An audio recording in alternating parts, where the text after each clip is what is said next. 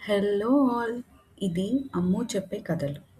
ప్రేమ నుండి భయం వరకు, రహస్యం నుండి ఆనందం వరకు అన్ని కథలు వినేద్దామా? హైదరాబాద్ శంషాబాద్ ఎయిర్పోర్ట్. అందరూ హడావిడిగా పరిగెడుతున్నారు. ఎందుకంటే వర్షం పడుతోంది. ఓ కార్ హఠాత్తుగా గేట్లోంచి లోపలికి వచ్చి ఆగింది. ఆ కార్ వేగానికి అక్కడ టైర్ కింద ఉండే వర్షపు నీరు పక్కనే చెట్టుకు తగిలింది. కార్లో నుండి ఆతృతగా ఓ అమ్మాయి దిగింది.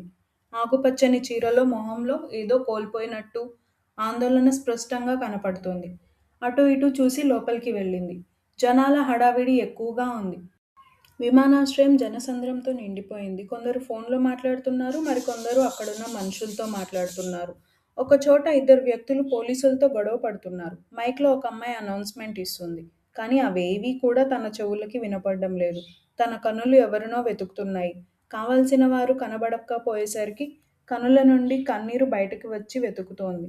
జీవితంలో చాలా తక్కువ సమయాల్లో మొహంలో బాధ, భయం ఒకేసారి పుడుతుంటాయి.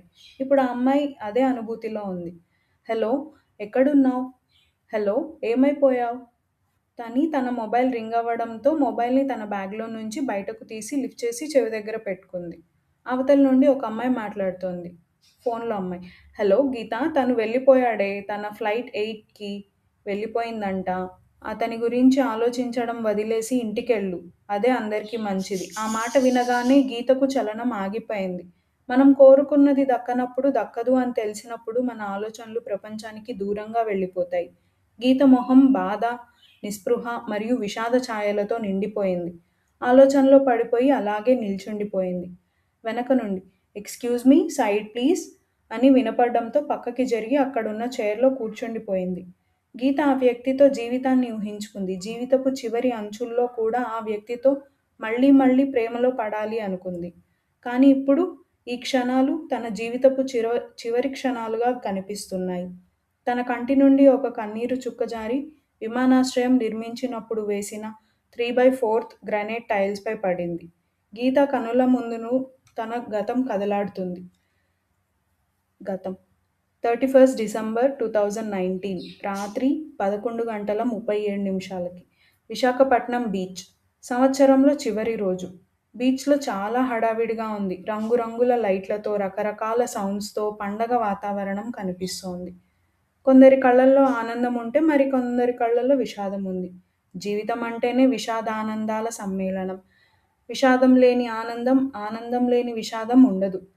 వైజాగ్ వెల్ఫేర్ ఫౌండేషన్ వాళ్ళు ఈసారి బీచ్‌కి దగ్గర ఉన్న పబ్‌లో ఫ్యాషన్ షో అరేంజ్ చేశారు. చాలామంది వచ్చారు ఫ్యాషన్ షోకి. తమ అందాలను చూపించడానికి మోడలింగ్ చేస్తున్న అమ్మాయిలు వస్తే, మోడర్న్ సొసైటీ అందాన్ని చూడ్డానికి వచ్చిన ప్రేక్షకులు.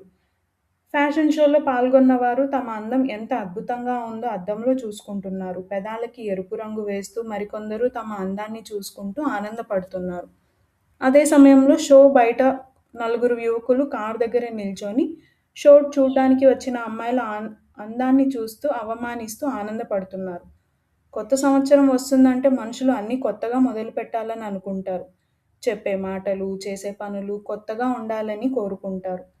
కొందరు మాత్రం తమ సంతోషం కోసం ఎదుటివారికి బాధ, భయం కలిగజేస్తారు. బీచ్‌లో అంతా కోలాహలంగా ఉంది. అబ్బాయిలు, అమ్మాయిలు కలిసి వారి వారి స్థాయికి తగ్గట్టు సంబరాలు జరుపుకుంటున్నారు. ఒక చిన్న పిల్లవాడు బీచ్‌లో పరిగెడుతూ పడిపోతుంటే అప్పుడే అక్కడ పక్క నుంచి వెళ్తున్న ఒక అమ్మాయి పట్టుకుంది. నిండు వెన్నెల్లో చందమామలా అందమైన ముఖం, అందం మెరుపులా మారి ఆమె బుగ్గలపై నిలిచినట్టుగా ఉంటుంది. తెల్లని చుడీదార్ ఆమెని హత్తుకొని ఉంది. ఎర్రని రంగు తనని వదలను అంటూ తన పెదాలపై వాలినట్టు ఉంది. తనతో ఉండడం ఆ అందం చేసుకున్న అదృష్టం. తాను అందంగా ఉంది అంటే ఆ అందానికి చాలా ఆనందంగా ఉంటుందేమో. ఆ అమ్మాయి పేరు వైదేహి. వైజాగ్‌లో చైతన్య ఇంజినీరింగ్ కాలేజ్‌లో ఫైనల్ ఇయర్ చదువుతోంది. కాలేజ్‌లో ప్రతి సంవత్సరం మంచి మార్కులతో పాటు నలుగురు, ఐదుగురి ప్రేమలేఖలు కూడా తీసుకుంటుంది. కానీ ఆ ప్రేమలేఖలు చెత్తబుట్టలో విసిరేయదు. ఎందుకంటే వైదేహికి ఒక చిన్న కోరిక ఉంది. పెళ్లి చేసుకున్న తర్వాత తన భర్తకు నాకు వచ్చిన ప్రేమలేఖలు ఇవి అని గర్వంగా చూపించుకోవాలని. తనకి ఇప్పుడే పెళ్లి చేసుకోవాలని లేదు. కానీ అన్నీ కలిసొస్తే ఇప్పుడే పెళ్లి చేసేయాలని వైదేహి వాళ్ళ బామ్మ శకుంతల చేయని ప్రయత్నమూ లేదు. కొంచెం కాళ్ళు నొప్పులు ఉన్నా లెక్క చేయకుండా పక్క వీధిలో ఉన్న పెళ్ళిళ్ళ పేరయ్య అయిన విజ్ఞాన శర్మ గారి ఇంటికి ఉదయం, సాయంత్రం 2 పూట్లా వెళ్ళొస్తుంది. కొడుకు జనార్దన్ పెళ్లి చూడలేకపోయినా కనీసం పోయేలోగా మనవరాలి పెళ్లి చూడాలని కోరిక. చెప్పకుండా పెళ్లి చేసుకున్నాడు అని కొడుకుపై ఏనాడు కోపం చూపించలేదు కానీ, తన కోడలు నందిని వల్లే తన కొడుకు 2 సంవత్సరాలు దూరమయ్యాడని ఎక్కడో తెలియని కోపం. వైదేహి మరియు తన స్నేహితురాలు సుకన్య ఇద్దరూ బీచ్‌లో ఉన్నారు. ఆ చిన్న పిల్లాడిని పట్టుకొని ఆ పిల్లాడు తల్లిదండ్రులకు అప్పచెప్పారు. సుకన్య: మనం అనుకున్న దానికన్నా సెలబ్రేషన్స్ చాలా బాగా జరుగుతున్నాయి. న్యూ ఇయర్ అంటేనే తెలియని సంతోషం కదా! సుకన్య తన చేతిలో ఉన్న ఐస్ క్రీమ్ తింటుంది. వైదేహి మాత్రం ఆకాశాన్ని చూస్తూ, ఈ సంవత్సరం ఇక్కడ ఈ వెన్నెల్లో ముగుస్తుంది. దేనితో కొత్త సంవత్సరం మొదలవుతుందో, అయినా నెక్స్ట్ ఇయర్ కాలేజ్ అయిపోతుంది. మా నాన్న అయితే నాకు పెళ్లి చేసే మాట పూర్తి కాకుండానే విక్కీ అండ్ గ్యాంగ్ వాళ్ళ ముందుకు వచ్చి అడ్డుకున్నారు. తార్ రోడ్‌పై వెళ్తున్న తెల్లని కార్‌కి ఓ కుక్క అడ్డు వస్తే కార్ సడన్ బ్రేక్ వేసినట్టు ఆగిపోయింది వైదేహి. ఎక్స్‌క్యూజ్ మీ, సైడ్ ఇవ్వండి అంది వైదేహి. చిరాకుగా పక్క నుండి వెళ్ళబోయారు వైదేహి మరియు సుకన్య. పెళ్ళంటున్నావు, నన్ను చేసుకుంటావు బేబీ అన్నాడు విక్కీ. చిచ్చి, పక్కకు తప్పుకోండి అంది వైదేహి అసహ్యంతో తల పక్కకి తిప్పి. పెళ్లి వద్దంటే సరే, పోనీ ఒక్కసారి మా ప్లేస్‌కి వెళ్దామా? ఆ మాటకి వైదేహి మొహం కోపంతో ఎర్రబడింది. ఒక అగ్నిపర్వతం నుంచి లావా బయటకు వచ్చినట్లుగా వైదేహి మొహం నుండి కోపం బయటికి వస్తుంది. వైజాగ్ బీచ్‌లో కొట్టానంటే వైకుంఠపురంలో తేలుతావు స్టూపిడ్. వైదేహి కోపంతో పక్క నుండి వెళ్ళిపోతుంటే చెయ్యి పట్టుకొని ఆపాడు Vicky. Come on baby, let's have some fun అనేలోపే విక్కీ బాడీ అరక్షణం నేలపై పడింది. విక్కీ నేలకు తగిలిన ఫోర్స్‌కి నేలపై ఉన్న ఇసుక గాల్లోకి లేచింది. ఏం జరిగిందో ఆలోచించేలోపే మిగిలిన ముగ్గురు కూడా ఒకరి తర్వాత ఒకరు విక్కీలాగే నేలపై పడ్డారు. ఆ ప్రదేశంలో నిశ్శబ్దం ఆవహించింది. వైదేహి మరియు సుకన్య షాక్‌లో అలా చూస్తూ ఉండిపోయారు. అందం ఉన్నది చూడ్డానికే, కానీ కొన్ని సమయాల్లో మన ఆనందం ఎదుటివారి అవమానంతో ముడిపడినప్పుడు అది మనకు ఆపదగా మారుతుంది. నిజమైన ఆనందం ఎప్పుడు కూడా ఎదుటివారికి అవమానాన్ని కలిగించదు. మనకి ఆపదలను తీసుకురాదు. వీరిది రాక్షసానందం కాబట్టి ఆపద 6 అడుగుల ఆకారంలో వచ్చింది. నవ్వుతున్న నలుగురి మొహాలు అర నిమిషంలో నేలకు కొట్టుకున్నాయి. వైదేహి ఆశ్చర్యంతో అతనిని అలాగే చూస్తూ ఉండిపోయింది. చూడ్డానికి 6 అడుగులు ఉన్నాడు. ముఖంలో కోపం, కోపంతో బిగించిన చేయి, చేయికి సగం విరిగిన వాచ్, ఆ వాచ్‌కి అంటుకున్న విక్కీ బ్లడ్. అలనాడు త్రేతాయుగంలో ఇక్ష్వాకులకు తిలకుడు అయిన శ్రీరామచంద్రమూర్తి బంగారు జింక కోసం అరణ్యంలోకి వెళ్లకుండా పంచవటిలోనే ఉండి సీతమ్మని అపహరించడానికి వచ్చిన రావణుణ్ణి అడ్డుకొని, రావణుడి ఎదురు రాముడు ఉండి ఉంటే అప్పుడు సీతమ్మకు ఎలాంటి అనుభూతి ఉండేదో ఇప్పుడు వైదేహికి అలాంటి అనుభూతి కలుగుతుంది. మనకు ఆపద రాకుండా చూసుకోవడానికి ఒకరు మన ముందు నిలబడ్డారంటే మనకొచ్చే ఆ ధైర్యం మాటల్లో చెప్పలేం. కింద పడి ఉన్న విక్కీ అండ్ అతని ఫ్రెండ్స్ పైకి లేచారు. వాళ్ళని చూసి అతను ఓ నవ్వు నవ్వి దీర్ఘంగా శ్వాస తీసుకొని, మనకు కావాల్సిన వారిని ఎవరైనా ఏదైనా అంటే మనకు కోపం వస్తుంది. వస్తుందా రాదా? విక్కీ అవును అంటూ తల ఊపాడు. మరి అలాంటప్పుడు వేరే వాళ్ళకి కావాల్సిన వాళ్ళని మనం ఏదైనా అంటే వాళ్ళకి కోపం వస్తుంది అని ఆలోచించరా? వైదేహి ఆశ్చర్యంతో అలాగే చూస్తోంది. ఎందుకంటే అతనిని చూడ్డం ఇదే మొదటిసారి. అతనేమో కావాల్సిన వారు అంటూ మాట్లాడుతున్నాడు. ఈ అత్తరమ్మాయిలు ఎవరో నాకు తెలీదు. కానీ వీళ్ళు మంచి కోరేవాళ్ళు ఎవరో ఒకరు ఉండే ఉంటారుగా. వాళ్ళు ఇక్కడ లేరు కాబట్టి ఆ పాత్ర నేను పోషించక తప్పలేదు. వైదేహి మొహంలో ఒక చిన్న చిరునవ్వు. సిగ్గు కూడా ఆ చిరునవ్వులో కలిసిపోయింది. అమ్మాయిలతో సరదాగా ఉండండి. వాళ్ళు మనకన్నా ఎక్కువ సరదాగా ఉంటారు. సరదాగా ఆట పట్టించండి. వాళ్ళు తిట్లు కూడా అందంగా వినిపిస్తాయి. ఆట పట్టించడానికి కూడా ఒక హద్దు ఉంటుంది. ఆ హద్దు మీరితే ప్రతి ఒక్కరూ సరిహద్దును కాపాడే సైనికుల్లా మారాల్సి వస్తుంది. మీలాంటి వాళ్లకు అది అంత మంచిది కాదు. నాలాంటోడు ఎదురొస్తే ఇంకా చాలా ప్రమాదం. విక్కీ అండ్ తన ఫ్రెండ్స్ తలదించుకున్నారు. టైం తీసుకొని వివరించా. ఇంత వివరించినా వినకపోతే నాకు వాదించడం రాదు. వాయించడం మాత్రమే వచ్చు. అతని మాటల్లో గాంభీర్యం వింటే ఎలాంటి శత్రువుకైనా వణుకు పుడుతుంది. చీకటి రాత్రిని కమ్మేస్తూ ఉంటే అతని కళ్ళు మాత్రం ఉదయించే సూర్యుడిని గుర్తు చేస్తున్నాయి. విక్కీ అండ్ అతని ఫ్రెండ్స్ వైదేహికి, సుకన్యకి సారీ చెప్పి అక్కడి నుంచి వెళ్ళిపోయారు. వైదేహి ఆ వ్యక్తిని చూస్తూ స్తంభించిపోయింది. సినిమాల్లో చూపించినట్టు రాజకుమారుడు వచ్చి రాజకుమారిని కాపాడినట్టు తన ఊహల్లో బంగారు స్వప్నం కనిపిస్తోంది. అతను వారిని చూసి జాగ్రత్తగా ఉండండి అని చెప్పి ఓ చిన్న చిరునవ్వు నవ్వి అక్కడి నుంచి వెళ్ళిపోతున్నాడు. క్షణకాలం కూడా ఆలస్యం చేయకుండా వైదేహి ఒక అడుగు ముందుకు వేసి ఎక్స్‌క్యూజ్ మీ అని ఆతృతగా పిలిచింది.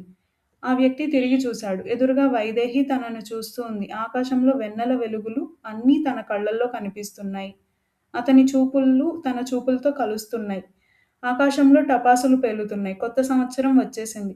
ఈ ప్రపంచం 2020కి జన్మనిచ్చింది.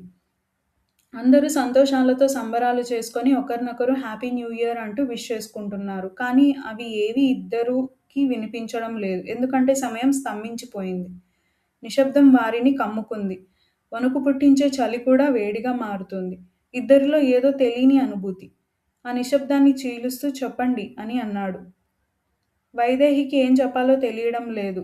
ఆ అనుభూతిలోంచి తేరుకొని మీ పేరు? రామ్. నా పేరు రామ్ అన్నాడు నవ్వుతూ. నా పేరు వైదేహి. వైదేహి మొహంలో స్పష్టంగా కనిపిస్తోంది. మొదటి చూపులోనే రామ్‌ని ఇష్టపడింది అన్న విషయం. కానీ రామ్‌కి అది గమనించేంత సమయం లేదు. ఎందుకంటే తనకు వేరే ఆలోచనలు ఉన్నాయి. హ్యాపీ న్యూ ఇయర్ రామ్ గారు. ఈ కొత్త సంవత్సరం నేను చూసిన మొదటి వ్యక్తి మీరు. మాట్లాడిన మొదటి అక్షరం మీతోనే. హ్యాపీ న్యూ ఇయర్ వైదేహి గారు. నిజం చెప్పాలంటే నాకు కూడా అంతే. రామ్ తన వాచ్ చూసుకున్నాడు. వాచ్ పగిలిపోయింది. టైం కనబడడం లేదు. ఎందుకంటే బ్లడ్ అంటుకుంది. ఎడమ చేత్తో ఆ బ్లడ్‌ని తుడిచేసి టైం చూసుకున్నాడు. ఎందుకంటే రామ్ తన వాచ్‌ని కుడి చేతికి పెట్టుకుంటాడు. సమయం 12:09 కావస్తోంది. అయ్యో! సారీ రామ్ గారు. మాకు సహాయం చేయడం వల్ల మీ వాచ్ పగిలిపోయింది. ఇవ్వండి నేను బాగు చేయించి ఇస్తాను. మళ్ళీ తన వాచ్ చూసుకున్నాడు. ఒక చిరునవ్వు నవ్వి వైదేహిని చూశాడు. పర్లేదండి వాళ్ళకి వాచిపోయింది. నాకు వాచ్ పగిలిపోయింది అంతే. హహ! భలే మాటలు చెప్తున్నారు. సరేనండి నాకు అర్జెంట్ వర్క్ ఉంది. నేను వెళ్తాను. Have a nice day. వైదేహికి ఇంకా తనతో మాట్లాడాలని ఉంది. కానీ రామ్ కళ్ళల్లో ఏదో టెన్షన్ కనిపిస్తోంది. అతని ప్రాబ్లమ్ ఏంటో అడగాలని అనిపించినా కానీ అడిగి తన సమయాన్ని వృధా చేయడం ఇష్టం లేక ఓ చిన్న చిరునవ్వుతో అలాగే అండి. హ్యావ్ ఎ నైస్ డే అంది. రామ్ అక్కడి నుంచి తిరిగి వెళ్ళిపోతున్నాడు. వైదేహి మాత్రం రామ్‌ని అలాగే చూస్తోంది. సుకన్య చేతిలో ఉన్న ఐస్ క్రీమ్ కరిగిపోయింది. కేవలం దానికి ఉండే స్టిక్ మాత్రమే ఉంది. స్టిక్ పక్కన పడేస్తూ ఉఫ్! ఇతనెవరో కానీ మన కోసమే వచ్చినట్టున్నాడు. ఎనీవే ఓ పెద్ద గండమే తబ్బింది. వైదేహి వేరే లోకంలో ఉంది. సుకన్య ఏదో ఏదో మాట్లాడుతుంది. కానీ తను మాత్రం దూరంగా వెళ్తున్న రామ్‌ని మాత్రమే చూస్తోంది. తన ఆలోచనలు ఆకాశాన్ని దాటి వెళ్తున్నాయి. ఆ అనుభూతికి అర్థం ఏంటి అని ఆలోచిస్తోంది. అర్ధరాత్రి అంధకారంలో తనకు కలిగిన ఆ అనుభూతి పేరేంటి? ఇది ఇప్పుడే చిగురించిన బంధమా? లేక ఎప్పుడో విడిపోయి కలిసిన అనుబంధమా? తన ఆలోచనలో తనకి గుర్తు వస్తున్న మొదటి మాట. తొలి ప్రేమ. వైదేహికి ఇంతకు ముందు ఏనాడూ అనుభూతి చెందని మాట. ఆ మాట గుర్తుకు వస్తే తన పెదాలపై చిరునవ్వు పుడుతోంది. ఇప్పుడు తొలి ప్రేమలో ఉన్న తొలకరి అనుభూతిలో ఉంది వైదేహి. నిజంగా ప్రేమకి ఇంత ఆకర్షణ ఉంటుందా? మొదటి చూపులోనే ప్రేమ సాధ్యమా?